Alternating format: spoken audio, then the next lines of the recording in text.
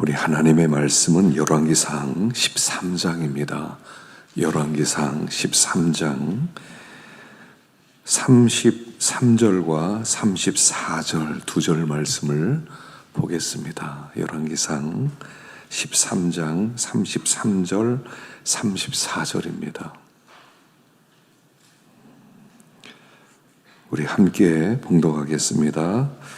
여로보암이 이 일 후에도 그의 악한 길에서 떠나 돌이키지 아니하고 다시 일반 백성을 산당의 제사장으로 삼되 누구든지 자원하면 그 사람을 산당의 제사장으로 삼았으므로 이 일이 여호와 죄가 되어 그 집이 땅에서 끊어져 멸망하게 되니라. 아멘. 할렐루야. 오늘 주님 앞에 나온 여러분 모두에게 하나님의 크신 은혜가 넘치기 바라고, 또 우리 학생들도 우리 아이들이 이렇게 또 주 앞에 나왔는데 앞으로 예배가 회복돼야 돼요. 우리 삶의 예배가 회복되면 다 회복되는 겁니다. 그래서 하여간 예배 드리는 날, 이 마지막 때 뭐가 우리를 지킬 수 있겠습니까? 또 우리의 의지가 또 우리 아이들을 지키고 또 우리 신앙을 지킬 수 있겠습니까? 하나님 앞에 나오는 것밖에 없고요.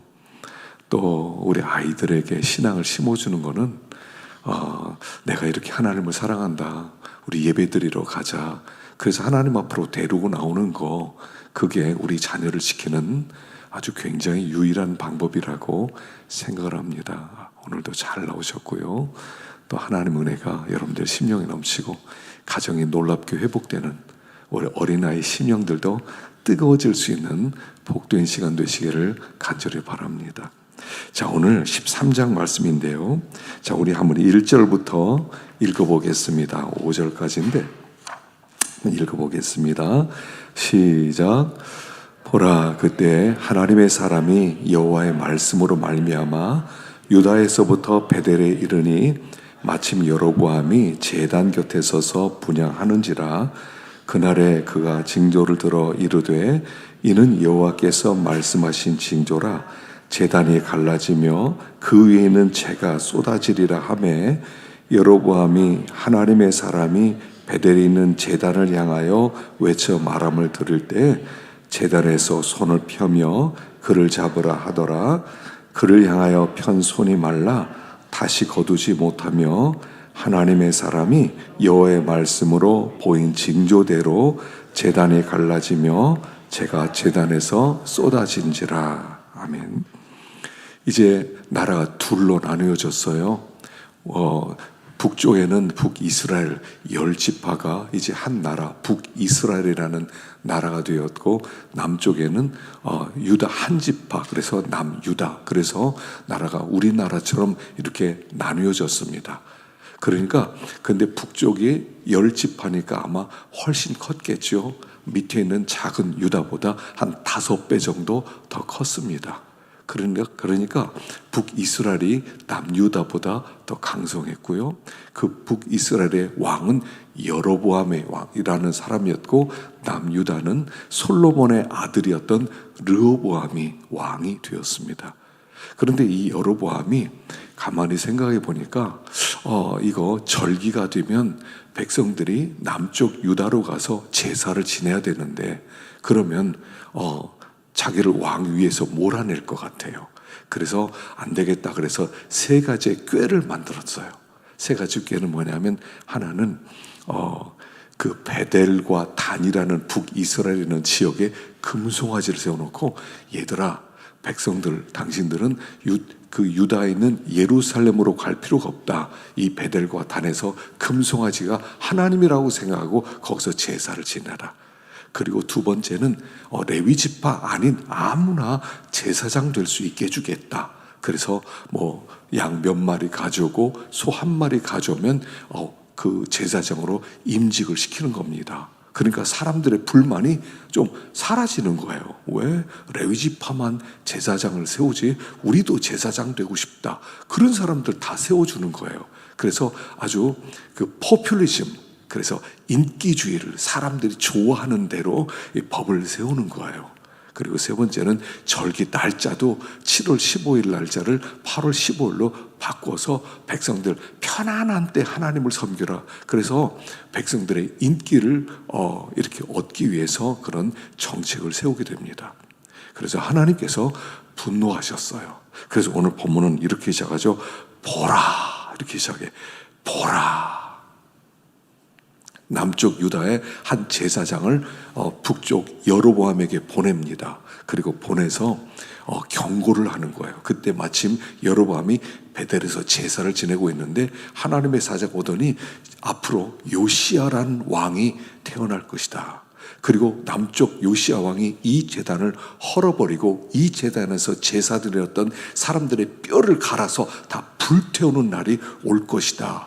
그리고 이것이 이 말이 이루어질 징조로 당신이 지금 제사를 드리는 이 제단이 무너지고 재가 쏟아지게 될 것이다 하고 하나님의 경고를 선포합니다. 그러니까 여로보암이 왕 앞에서 감히 이런 말을 해 화가 나서 손을 내밀고 저놈을 잡아라 그랬습니다. 그러니까 손이 말라버렸어요. 손이 미라처럼, 여러분 미라 알죠? 완전히 뼈밖에 안 남아요. 움직이지도 않아요. 그랬을 때 이 여로보암이 두려워서 네, 이 손을 빨리 좀 고쳐주세요. 그러니까 하나님의 사람이 손이 회복될지어다. 그러니까 다시 건강하게 회복되었어요. 그러니까 내가 잘못했습니다. 내가 대접을 하겠습니다 하고 하나님의 사자를 지금 왕궁으로 데려가서 식사를 대접하려고 하니까 하나님의 사람이 이렇게 얘기하는 거예요. 우리 하나님이 이 땅에서는 물도 마시지 말고 떡도 얻어먹지 말고 여기서 잠도 자지 말고 그리고 오던 길로 가지 말고 다른 길로 가라고 해서 나는 물도 안 마시겠습니다 하고 가버리는 거예요. 이게 뭐냐면 하나님의 경고였단 말입니다. 우리 하나님은 항상 먼저 경고를 하세요. 말씀으로 경고를 하세요. 지금 삼중으로 경고를 하셨잖아요. 자, 이 제단이 쏟아질 것입니다 그랬을 때 이 제단이 갈라지면서 재가 다 쏟아졌어요. 그리고 손을 하나님의 사람 잡아라 그러니까 손이 말라 비틀어졌어요. 그리고 세 번째는 손이 건강하게 되라 그러니까 돌아왔어요. 세 가지의 징조로 경고를 하는 거예요. 자, 우리 하나님은 어떤 사람이 잘못하면 그냥 멸망시키잖아요. 먼저 경고를 주세요. 돌이킬 수 있도록 경고하는 거예요. 회개하라. 어떤 사건이 벌어지면 우리는 그 사건을 딱 이렇게 알아봐야 돼요. 하나님이 경고하는 것 같다. 내가 뭐 잘못했더니 경고하셨네. 내가 빨리 회개해야 되겠다. 내가 돌이켜야겠다. 그런 마음을 가져야 됩니다. 그랬을 때 이런 회개하면 하나님이 용서해 주시는데 회개하지 않으면 하나님이 그 심판대로 하나님께서 그 멸망시키는 그런 일을 행하시는 거예요. 그래서 우리 하나님은 항상 먼저 경고하신다는 것. 하나님의 징계를 받을 때 하나님께 돌이키고 회개해야 된다는 거예요. 자, 그런데 여기서 중요한 게 뭐냐면 그럼 회개가 뭐냐 하는 겁니다. 회개가 뭐냐? 마태복음에 보면 포도원 비유가 나와요. 그래서 어떤 한 나라의 왕이 포도원을 만들었습니다. 그리고 그걸 사람들에게 세를 주었습니다. 그리고 세를 받을 때가 되어서 선지자를 보냈습니다. 그 세를 왕이 가져오라고 하십니다. 그러니까 세를 주지 않고 이렇게 그 선지자를 때리고 나중엔 죽이고 세를 안 줘요. 그 나중에는 내 아들을 보내야 되겠다 하고 아들을 보냈더니 아들을 죽였어요. 자, 이 왕이 이 농부들 어떻게 하겠느냐 하는 말씀을 한 적이 있거든요. 그게 뭐냐면 회개가 뭔가를 가르쳐 주는 거예요. 회개. 그러니까 구약이 이제 예수님이 왔을 때 보면 거기에 유대인들 또는 서기관들, 바리새인들, 대제사장들이 있었잖아요. 예수님이 오셨는데 예수님의 말을 듣질 않아요. 예수를 믿지 않아요. 그리고 예수님을 십자가에 매달았어요. 이게 무슨 뜻이냐면 그들이 회개를 안 했다는 거예요. 하나님이 무엇을 원해서 선지자를 보내느냐면 회개하라고 선지자를 보내는 거예요. 세를 바쳐라 하는 뜻은 뭐냐면 세를 바치라는 것은 회개하라는 뜻이에요. 너희들이 나에게 회개라. 그래서 선지자가 말씀을 전하는 이유는 뭐냐면 우리들로 하여금 회개를 촉구하는 거예요. 하나님이 저를 여기 세워서 말씀을 전하는 이유는 뭐냐면 하나님의 말씀을 듣고 너희들이 회개해라 이런 뜻이에요. 자, 그 회개가 뭐냐면 하나님의 말씀이 우리에게 주어집니다. 근데 하나님의 말씀이 주어지면 우리가 예, 순종하겠습니다. 말은 그렇게 해요. 근데 여러분, 순종할 수 있어요? 순종은 어떤 때 못한단 말입니다. 아니, 대부분 순종을 못해요. 사랑해라 그랬더니 사랑이 돼요? 용서해라 그랬더니 용서가 돼요? 안 돼요. 그러니까 우리가 어떤 때 순종을 못해요. 거짓말하지 마라, 하나님을 사랑해라, 우리가 다 순종하지 못해요. 그럼 하나님 순종하지 못했습니다. 이거 어떻게 하면 좋겠습니까? 이게 회개거든요. 근데 회개 중심 속에 뭐가 있냐면 하나님 앞에 잘못했어요, 다음부터는 꼭 그렇게 할게요. 아이들에게 공부 열심히 해라. 그래서 아이들이 이제 이렇게 얼마 지났습니다. 성적표를 갖고 왔어요. 근데 성적표 보니까 엉망이에요. 공부를 안 했어요. 애를 불러다가 너 왜 공부 안 했어? 공부하라고 그랬지. 그럼 아이가 잘못했어요. 다음엔 진짜 열심히 공부해서 성적 올릴게요. 여러분, 성적이 잘 올라가요? 안 올라가요? 성적이 예, 공부 열심히 하겠습니다. 그러면 성적이 막 팍팍 올라가요? 성적이 잘 안 올라가요. 그럼 또 와서 죄송합니다. 엄마, 아빠, 다음에 다 열심히 할게요. 그게 회개하는 거거든요. 근데 회개할 때 다음에 열심히 하겠습니다. 말씀을 꼭 순종하겠습니다. 근데 순종이 또 안 된단 말이에요. 우리가 힘이 없어서 순종이 안 돼. 그때는 어떤 마음이에요? 그냥 잘못했어요. 진짜 잘못했어요. 그게 깨진 마음이에요. 그게 회개예요. 회개는 뭐냐면 내가 진짜로 열심히 해볼게, 진짜로 순종할게요. 어떤 때는 그렇게 하지만 우리 순종 못해요. 순종 못해요. 그래서 하나님 앞에 나올 때는 깨진 마음으로 나오는 거예요. 깨진 마음. 하나님, 정말 내가 열심히 하려고 그랬는데 참 내가 무능하고 내가 믿음이 없어서 내가 못하는 나를 불쌍히 여겨주십시오. 불쌍히. 그걸 심령이 가난한 마음 이렇게 얘기하는 거야. 깨진 마음이에요. 우리 하나님이 원하는 것은 너 훌륭한 사람 되라, 너 말씀 얼만큼 순종했어, 오 순종 엄청 잘했네, 이걸 원하지 않아요. 왜냐하면 하나님이 원하는 수준은 우리가 원하는 수준 이만큼을 원해요.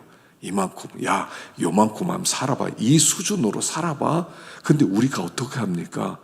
하나님의 영광에 이르지 못하더니, 모든 사람이 죄를 범하였음에 하나님의 영광에 이르지 못하던, 이게 무슨 말이냐면 여기 수준으로 살아야 하나님이 기뻐하는 영광의 수준인데 우리는 항상 여기밖에 없어요.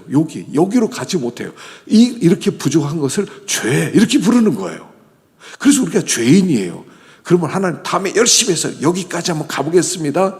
물론 그렇게 회개하지만 못 가잖아요. 그랬을 때 깨진 마음을 가지고 가는 거예요. 하나님, 내가 죄인입니다. 하나님, 난 죄인입니다. 나를 불쌍히 여겨주십시오. 이게 회개예요. 그런데 바리새인들과 서기관들은 열심히 살았습니다. 우리는 부모를 공경했습니다. 우리는 살인하지 않았습니다. 우리는 시기하지 않았습니다. 우리는 도적질하지 않았습니다. 간음하지 않았습니다. 자, 이만하면 됐죠? 이렇게 나오더라는 거예요. 이렇게 나오더라는 거예요. 하나님이 원하는 수준은 그 이상인데 그 밑에서 그거 안 했습니다, 이거 안 했습니다, 이 정도면 괜찮죠, 이러고 나오더란 말이에요. 그래서 예수님께서 오신 이유는 뭐냐면 너희들이 나를 영접하는 것은 내가 죄인입니다를 인정한다는 뜻이에요. 예수를 믿는다는 뜻은 뭐냐면 하나님, 나는 불가능한 죄인입니다. 나는 소망이 없습니다. 예수님, 당신밖에 없습니다. 당신이 나의 구세주입니다. 그게 예수님을 영접하는 행위예요. 나 예수 믿었어, 예수를 믿으라고 해서 믿었으니까 난 천국 가, 이런 뜻이 아니에요. 예수님을 영접한다는 것은 나는 그야말로 진짜 극악무도한 죄인이어서 소망이 없는 자입니다를 인정하는 것, 그게 예수님을 받아들이는 거고요. 그걸 회개라고 부르는 거예요. 그래서 지금 여로보암에게 하나님이 경고하면서 회개하라 이렇게 말하는 거예요. 저에게 이 나라를 주셨는데 제가 하나님의 말씀을 다 어기고 살았습니다. 돌이키라는 거예요. 깨진 마음으로 나와라. 그래서 여기 분명하게 여로보암을 내가 경고하는데 경고를 받지 않았다. 회개하지 않았다. 그래서 하나님 앞에 회개할 때는 하나님, 저는 참 어쩔 수 없는 죄인입니다. 하나님, 저는 정말 아무것도 못하는 죄인입니다. 하나님 앞에 순종해 드린 게 하나도 없습니다를 고백하는 걸 회개라고 부르는 것이에요. 자, 두 번째 18절 읽어보겠습니다. 18절 읽어봅시다. 시작. 그가 그 사람에게 이르되 나도 그대와 같은 선지자라. 천사가 여호와의 말씀으로 내게 이르기를 그를 내 집으로 데리고 돌아가서 그에게 떡을 먹이고 물을 마시게 하라 하였느니라 하니 이는 그 사람을 속임이라.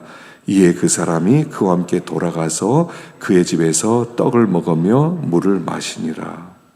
자, 이 젊은 선지자가요, 그 왕이 초대를 거절해요. 우리 하나님이 물 마시지 말고 떡 먹지 말고 돌아오는데 오던 길로 가지 말고 다른 길로 오라고 그래서 나 갑니다 하고 갔어요. 이 소문이 나지 않았겠어요? 근데 그 베델에 늙은 노인 선지자가 하나 있었어요. 늙은 선지자가 그 이야기를 듣고 막 지금 젊은 선지자가 어디로 가느냐 하고 막 쫓아가더니 그 젊은 선지자에 가서 우리 집에 가서 밥 먹읍시다. 그러니까 안 된다고. 하나님이 물도 마시지 말고 떡도 먹지 말고 거기에서 머물지 말고 빨리 오라고 그랬습니다. 그러니까 아니라고. 하나님이 나에게 또 말씀해 주셨는데 당신 진짜 수고했다고. 우리 집에 가서 물도 대접하고 떡도 대접하라고 하나님이 나에게 말씀했다고 거짓말을 치는 거예요. 그러니까 젊은 선지자가 진짜입니까?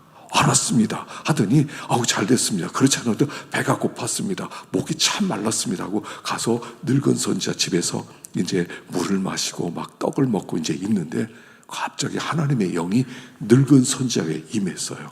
그리고 네가 물도 마시지 말고 떡도 먹지 말라고 그러는데 어찌하여 말씀을 어기고 여기서 떡도 먹고 여기서 물도 마셨느냐? 너는 조상의 묘실에 들어가지 못할 것이다. 늙은 선지자가 딱 경고하는 거예요.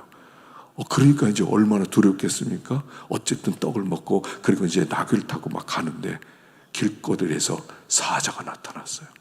사자가 나타나더니 이 젊은 선지자를 물어 뜯어서 죽였어요. 배고파서 죽인 줄 알았더니 아니에요. 나귀도 잡아먹지 않고 사람도 잡아먹지 않고 사자가 그냥 죽이기만 한 거예요. 그래서 하나님의 말씀이 그렇게 성취돼요. 여러분 어떻습니까? 불쌍하지 않아요? 젊은 선지자. 그래 하나님의 말씀을 전했으면 하나님의 상을 주셔야 되는데 뭐 엄청난 말씀을 어겼어요? 물 마시지 말고 떡 먹지 말고 그리고 가던 길로 가지 말고 다른 길로 가라. 그 말씀을 어겼다고. 그것도 물 마시고 떡 먹었다고. 그래서 사자를 보내 죽였다는 거예요. 안타깝지 않습니까? 여러분 여기에서 우리가 깊이 하나 생각해야 돼요. 젊은 선지자가 안 죽을 방법은 없었을까?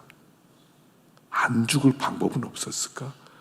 늙은 선지자가 그 속이고 있다는 것을 그가 분별하지는 못했을까? 그래서 영을 분별하라 그랬어요. 자, 요한 1서 4장 1절 요한 1서 4장 1절 읽어봅시다. 시작. 사랑하는 자들아 영을 다 믿지 말고 오직 영들이 하나님께 속하였나 분별하라. 많은 거짓 선지자가 세상에 나왔습니다. 영을 다 믿지 말라고 그랬어요. 지금 우리 시대가 혼란합니다. 지금 JMS 때문에 지금 한참 시끄럽죠. 아가동산 이런 것 때문에 시끄럽죠. 신천지 하나님의 교회 지금 이단들 때문에 굉장히 시끄러워요. 그래서 분별하지 못하면 빠져들어가요. 지난번에 보니까 신천지에서는요, 자기네들이 한꺼번에 성경 공부시킨 사람이 10만 명이라고 하고요, 10만 명 졸업식 한 것을 그냥 보니까 이 사진으로 쫙 찍어서 우리는 진짜다, 10만 명이 공부를 했다, 10만 명이 한꺼번에 공부하는 우리가 가짜일 리가 있느냐 하고 대대적으로 선전하고요, 요새는 막 길거리에 나와서 막 방송으로 막 선전하고요, 대학 들어가면요, 대학에 동아리들이 있는데 그 동아리들 중에 이단 동아리들이 많아요. JMS는요, 거의 모든 대학에 동아리를 다 만들었어요. 그래서 동아리에서 우리 하나님 믿으십니다, 우리 그냥 따뜻합니다, 진짜 공동체 좋습니다, 거기 들어가면요 못 나오는 거예요.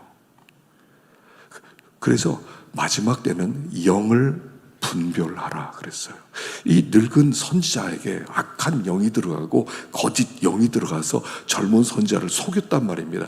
하나님이 나에게 말씀했어요. 당신에게만 말씀했습니까? 나에게도 말씀했는데 가서 당신 대접 좀 하라고, 수고했다고. 이게요, 안 넘어갈 수 있겠어요? 그래서 우리가 영을 분별해야 돼요. 자, 영을 분별하려면 어떻게 됩니까? 여러분, 그 중요한 위조 지폐를 이렇게 분별하는데, 이제 위조 지폐를 분별사가 있대요. 근데 훈련을 시키는데 어떻게 훈련을 시키냐면, 이게 진짜다 가짜다 이걸 갖다가 이렇게 훈련시킨답니다. 진짜를 계속 보게 만드는 거래요. 진짜를. 그래서 뭐 이렇게 가방 같은 거, 핸드백 같은 것도요, 짝퉁이 얼마나 많습니까? 짝퉁이 많은데 구분하는 것은 진짜를 계속 보면 가짜를 분별할 수가 있대요. 근데 이 분별이 어느 정도로 어렵냐면, 그 가짜가 99.9%가 똑같대요. 99.9%. 진짜는 100이고 가짜는 99.9예요. 분별하는 것은 뭐냐면 0.1을 분별하는 거예요. 그래서 어려운 거예요. 참 진리, 가짜 진리 차이가 0.1%의 차이예요. 0.1%. 그래서 진짜를 계속 보고 진짜를 계속 진짜와 함께 있게 만든대요. 그럼 가짜가 보이기 시작한다는 거예요. 그러니까 우리가 진정한 영 분별은 어떻게 하냐면 참 하나님의 성령과 계속 함께 동행하는 거예요. 참 하나님의 말씀 앞에 사로잡히고 매여 있는 거예요. 그래서 하나님의 말씀 앞에 계속 하나님과 동행하고 또 하나님과 함께 이렇게 성령의 감동을 받고 그렇게 살아가면 악령은 금방 알 수 있다는 거예요. 이 사람이 조금만 깨어서 성령과 동행하고, 하나님 이게 사실입니까? 이게 사실입니까? 하나님께 한 번만 기도해도 되었을 거예요. 요새 팩트 퍼스트라는 얘기 있죠. 팩트 퍼스트. 사실인지 먼저 분별해라. 왜냐면 너무 거짓말이 많잖아요. 우리 사회 반은 거짓말이에요. 방송국에서 반은 거짓말이에요. 광우병, 그 PD가요 광우병을 만들어가지고 광우병을 대대적으로 방송을 하지 않았습니까? 그래서 광우병, 미국에서 온 송아지 먹으면 뇌에서 구멍이 나가지고 죽는다, 이게 퍼지니까 모든 사람들이 어린애부터 시작해서 촛불 들고 나오지 않았어요? 근데 나중에 이 사람 고소당해서 대법원에서 이 사람이 거의 가짜로 방송했다, 이게 나왔어요. 발표가 됐어요. 근데 그걸 관심 두는 사람은 아무도 없어요. 그리고 백성들이 이미 다 넘어갔어요. 팩트 퍼스트예요. 사실이냐? 사실이냐? 사실이 없다는 얘기예요. 너무 거짓이 많아요. 팩트 퍼스트예요. 항상 분별해야 돼요. 그래서 신천지 같은 때는 분별하지 못하게 하려고 성경 공부시키고 아무에게도 말을 못하게 만들어요. 말하지 마라. 이웃에게, 친구에게 말하지 마라. 다 배운 다음에 은혜 받은 다음에 그때 얘기라. 그래서 모든 정보를 차단시켜요. 폐쇄시켜요. 분별하지 못하게 만들어요. 이거 진짜로 위험하죠. 팩트 퍼스트예요. 보이스피싱 얼마나 많습니까? 그저께도 저한테 왔더라고요. 미국, 중국에서 왔는지, 당신이 농협의 은행에 구자를 하나 개설했습니다. 통장 만들었습니다. 사실이 아니면 여기다 연락 주세요. 나왔어요. 이게 뭡니까? 언제 내 농협의 통장을 뭐하러 만들어요? 근데 통장 만들었다고 왔어요. 그래서 그 번호를 치면 바로 넘어가는 거예요. 어떡합니까? 팩트 퍼스트예요. 너무 거짓이 많아요. 그리고 거짓에 빠져들어가면 보이스 피싱, 영적 사기를 당하는 거예요. 여러분, 보이스 피싱이요, 돈 얼마나 많은 사람 날립니까? 이게요, 수천조예요. 수천억이에요. 수천억의 돈을 보이스 피싱 범에 넘기고 있다는 거예요. 어마어마한 시장이 되어버렸어요. 너도 나도 보이스 피싱 사람들에게 보내는 거예요. 그래서 몇백만 원, 몇천만 원 막 그냥 날라가요. 얼마 전에는 MZ 세대들이 거기 보이스 피싱 걸리고 자살했잖아요. 목숨까지도요. 영적 사기는 더 무서워요. 영을 분별할 수 있어야 돼요. 영을 분별하는 것은 하나밖에 없어요. 계속 말씀에 집중해야 돼요. 성령과 계속 동행해야 돼요. 성령께 계속 물어봐야 돼요. 하나님, 사실입니까? 왜 저 사람에게만 말하고 왜 나에게 말 안 하셨습니까? 금방 물어보면 성령이 금방 대답해 주지 않겠어요? 가짜다. 속지 마라. 목숨을 잃어요. 목숨을 잃어. 마지막 때는 무서운 시대입니다. 팩트 퍼스트예요. 속지 마세요. 뭐든지 점검하셔야 돼요. 진짜냐? 하나님의 말씀이 진짜냐? 말씀을 계속 저 사람이 나에게 찾아오는 것이 진짜냐? 덕을 세우기 위함이냐? 은혜를 끼치기 위함이냐? 나를 죽이기 위함이냐? 나를 이용하기 위함이냐? 팩트 퍼스트예요. 성령님과 동행하세요. 다른 방법 없어요. 거짓 영이 너무나 많이 나왔어요. 기독교 2000년 기독교 역사상 예수님 승천하자마자 곧바로 이단부터 나왔어요. 교회가 세워지면서 이단이 세워졌어요. 그래서 요새는 가짜가 없으면 명품이 아니래요. 가짜가 나와야 명품이라는 거예요. 기독교가 참 진리이기 때문에 가짜가 많은 거예요. 분별하라는 거예요. 이 사람은 하나님의 일을 이렇게 하고 죽임을 당했단 말입니다. 자, 29절 보겠습니다. 29절 시작. 늙은 선지자가 하나님의 사자의 시체를 들어 나귀에 실어 가지고 돌아와 자기 성읍으로 들어가서 슬피 울며 장사하되 곧 그의 시체를 자기 묘실에 두고 오라 내 형제하며 그를 위하여 슬피 우니라. 그 사람을 장사한 후에 그가 그 아들들에게 말하여 이르되 내가 죽거든 하나님의 사람을 장사한 묘실에 나를 장사하되 내 뼈를 그의 뼈 곁에 두라. 자, 자기 집에서 자기가 그냥 이렇게 아마 뭐 여러 가지 왜 그랬을까 여러 가지 생각할 수 있죠. 왜 늙은 선지자가 이 젊은 선지자를 왜 속였을까 여러 가지 생각할 수 있어요. 그중 한 가지인 겁니다. 하나님이 베델에 내가 하나님의 선지자인데 왜 나에게 말씀하지 않고 구태여 유다에 있는 젊은 선지자에게 말씀해서 그 사람이 와서 왕에게 경고를 하겠느냐, 왜 나를 쓰지 않았을까 하는 시기심을 들 수가 있었겠죠. 첫째는 시기심이에요. 누구는 하나님께 쓰임당하고 누구는 쓰임당하지 않고 나도 한때 쓰임받았던 선지자인데 왜 베델에 가까이 있는데 나를 두고 저 멀리 있는 젊은 선지자를 데려왔느냐. 그래서 하나님에 대한 어떤 그런 반항하는 마음, 속상한 마음, 그런 시기심으로 이 젊은 사람을 속였을 수 있죠. 또는 이런 생각을 들 수 있죠. 젊은 선지자가 물도 마시지 않고 떡도 먹지 않고 가니까 얼마나 힘들까, 저 불쌍하다, 내가 좀 먹여줘야 되겠다, 이런 생각일 수도 있겠죠. 어떤 생각이든지 간에 그는 죽었어요. 내 말을 했더니 여러분 어떻겠어요? 내가 조금 거짓말 쳐서 밥 좀 먹이고 그리고 좀 이렇게 보내면 좋겠다, 뭐 하나님이 뭐 별거겠냐 하고 보낼 수 있었겠죠. 근데 죽임을 사자에게 그것도 잔인하게 찢겨서 죽임을 당했어요. 마음이 어떻겠어요? 얼마나 가슴이 떨렸겠습니까? 그래서 이 늙은 선지자가 회개를 해요. 어떻게 회개를 했냐면 그 시신을 자기가 장례를 치릅니다. 그리고 자기 묘실에다가 장례를 지고, 그리고 내가 죽으면 이 젊은 선지자 옆에 나를 묻어다오. 그건 그 당시 무슨 뜻이냐면 최고로 존경의 표시예요. 내가 죽어서라도 저분 곁에 있고 싶다 할 때 진짜 존경하는 사람에게 표하는 예우예요. 내가 저 사람 곁에 묻히겠다. 그것은 자기의 잘못을 그렇게 이 사람 훌륭한 하나님의 선지자였다는 것을 인정하는 표시예요.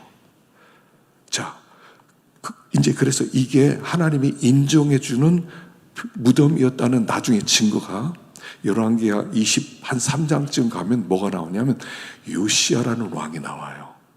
요시야라는 왕이 나와서 무덤을 다 뒤집어요. 북쪽인 무덤을 싹 뒤집어요. 거기서 하나님을 섬기지 않고 다른 신을 섬겼던 제사장들, 그런 선자를 다 뼈를 다 꺼집어내요. 그리고 제단에 싹 불태워버려요. 근데 다 태우는데 거기에 이 젊은 선지자의 무덤이 있는데 거기 작은 비석이 하나 있었나 봐요. 그래서 이게 뭐냐, 그러니까 옛날에 여로보암에게 경고하러 갔다가 늙은 선지자에게 속아서 죽임을 당한 사람의 묘지입니다. 그래, 이건 보존해라. 다 허무는데 그 선지자의 무덤을 보존시켜요. 그래서 그의 용서가 받아들였다는 것을 보여주는 거예요. 자, 이 늙은 선지자는 자기의 이렇게 잘못을 뉘우치고 회개를 했어요. 그런데 이 늙은 선지자의 회개를 여기에 기록한 이유는 여로보암은 회개하지 않았다는 것을 강조하기 위함이에요. 자, 마지막으로 33절 시작. 여로보암이 이루에도 그의 악한 길에서 떠나 돌이키지 아니하고 다시 일반 백성을 산당의 제사장으로 삼되 누구든지 자원하면 그 사람을 산당의 제사, 그 명령을 어겼을 때 사자가 뜯어 죽임을 당한 것 자체가 여로보암을 향한 하나님의 경고였다는 거예요. 봐라, 이 젊은 선지자가 엄청난 죄 졌느냐? 사람 막 죽이고 그 못된 짓을 하고 우상을 막 섬겼느냐? 내 말 하나 어겼다. 물 마시지 말라고 한 거 물 마시고, 떡 먹지 말라고 했을 때 떡 먹은 거, 내가 이것에 대해서 이렇게 진노했는데 너의 죄는 얼마나 더 큰 거냐? 너 회개하지 않을래? 이런 뜻이에요, 사실은요. 이 전체적 메시지가 여로보암에게 주는 경고였단 말이에요. 너 이래도 돌이키지 않을래? 너 이래도 나한테 오지 않을래? 라는 경고예요. 어마어마한 경고 아닙니까? 하나님의 명령은 얼마나 무서운 것인지 뭐 엄청난 명령 아니잖아요. 물 마시지 말라고 그랬는데 물 마시고, 뭐 사람 죽인 것도 아니고요, 우상 섬긴 것도 아니고요, 떡 먹지 말라고 했는데 떡 먹은 거 조그만 계명 하나 어겼다고 하나님이 죽였단 말이에요. 말씀은 이렇게 어마어마한 순종되어져야 되는 강력한 하나님의 명령이다 하는 뜻이에요. 생명 걸린 명령이다 하는 뜻이에요. 하나님의 말씀은 작은 것이 아니라는 거예요. 그런데 이 말을 듣고도 회개하지 않았다. 이 말을 듣고도 돌이키지 아니하고 여전히 아무 사람이나 제사장으로 세웠다. 그래서 결국 멸망하게 되었다, 이겁니다. 자, 여로보암이, 아니 하나님이 이런 경고를 듣고도 왜 회개하지 않았을까요? 우리 같으면 회개 안 했겠습니까? 근데 이 사람이 지금 정통성이 없는 왕이란 말이에요. 10지파를 다스리는 왕으로 갑자기 높은 자리에 올랐단 말이에요. 그래서 이 백성을 어떻게든 잘 다스려야 되겠다. 내가 이 왕위를 계속 지켜야 되겠다. 내 자손에게 이 왕위를 물려줘야 되겠다는 생각이 있었단 말입니다. 그러다 보니까 이런 생각이 들었을 것 같아요. 제가 이 말씀을 묵상하면서 이런 생각이 들었어요. 지금은 아니야. 지금은 아니야. 내가 좀 더 나라를 좀 더 안정시켜 놓고 내가 은퇴하거나 내가 뒤로 물러서면 그때 돌아서야지. 아마 이러지 않았을까 생각해요. 우리가 늘 하나님 앞에 죄를 범하면 늘 우리에게 하는 얘기하죠. 지금은 아니야. 조금 더 있다가 그때 가서 회개하지. 그때 가서. 지금은 아니야. 하나님이 이해하실 거야. 하나님이 용서하실 거야. 우리가요, 죄를 범하면, 우리가 죄를 범할 때 항상 이런 마음으로 죄를 범할 때가 많아요. 하나님 용서하신다고 그랬어. 회개하면 다 용서해 주셔. 그러니까 내가 나에게 용서를 선포해요. 하나님이 나에게 용서를 선포하는 게 아니라 우리들의 회개에 뭐가 문제냐면 내가 나에게 용서를 선포해요. 아, 괜찮아. 하나님이 용서한다고 그랬어. 너 다 회개할 거지. 회개할 거 언젠가 회개할 거잖아. 그럼 다 용서받았어. 괜찮아. 난 이미 용서받은 거예요. 내가 나를 용서했어요. 말씀에 근거해서. 하나님이 용서한 게 아니라 내가 나에게 용서를 선포해요. 그래서 자유롭게 죄를 범해요. 하나님, 지금은 아니에요. 지금은 아니에요. 그러나 곧 돌아갑니다. 반드시 돌아갑니다. 제가 절대로 내가 어떻게 돌아갑니다. 이렇게 생각해요. 근데 오늘 본문에 하는 얘기는 이겁니다. 회개는 뭐예요? Here and now예요. 지금 여기서예요. 내일이 아니에요. 기회가 주어지면 아니에요. 때가 되면도 아니에요. 지금 여기에서요. 그게 회개예요. 하나님이 우리에게 원하는 건, 그래서 지금 여기서 회개하지 않은 건 무슨 뜻이에요? 심판받았다는 뜻이에요. 그래서 예수님이 그 말씀을 하는 거예요. 내 말을 듣지 않으면 심판할 이가 따로 있다. 내가 한 그 말이 심판한다. 네가 나를 영접하면 너는 지금 구원을 받은 것이다. 내 말을 영접하지 않으면 이미 심판을 받은 것이다. 요한복음 3장에 하신 말씀이에요. 나를 영접하지 않았기 때문에 지금 심판을 받았다는 거예요. 회개하지 않으면 지금 심판을 받은 거예요. 용서가 아니라 나중에 내가 회개하면 다 용서해 줄 거야? 아니요. 어떤 때는 더 이상 회개할 기회가 없어지는 거예요. 지금 여기서예요. 그게 회개예요. 지금 여기에요. 회개 않고 내일로 미뤘어요. 오늘 심판 받은 거예요. 이미 심판 받은 거예요. 이게 무서운 거예요. 하나님 앞에 돌이킨다는 것, 하나님의 말씀은 이렇게 두렵다는 것 우리에게 이야기해 주는 거예요. 그래서 우리가 이 마지막 때를 살아가면서요, 매일매일 점검하면서 사셔야 돼요. 하루하루 점검하세요. 하나님, 제가 잘못했습니다. 하나님 앞에 그렇게 나오면 돼요. 깨진 마음으로 하나님, 저를 불쌍히 여겨주십시오 하면 하나님이 은혜를 베풀어 주시는 거예요. Here and now, 여기서 지금. 이 여로보암은 아마 나름대로 여러 가지 합리화를 시켰을 거예요. 상황이 어쩔 수 없었습니다. 그럴 수밖에 없었습니다. 조금 더 지나면 내가 잘하려고 그랬습니다. 여러 가지로 생각했을지 몰라요. 그러나 그는 모든 왕들이 그 길 따라가다가 다 멸망을 당하더라는 것이죠. 그래서 믿음의 길, 하나님의 말씀을 듣고 그 경고의 길을 걸어갈 때 우리 하나님이 동행하시고 우리에게 풍성한 은혜를 내려주실 것입니다.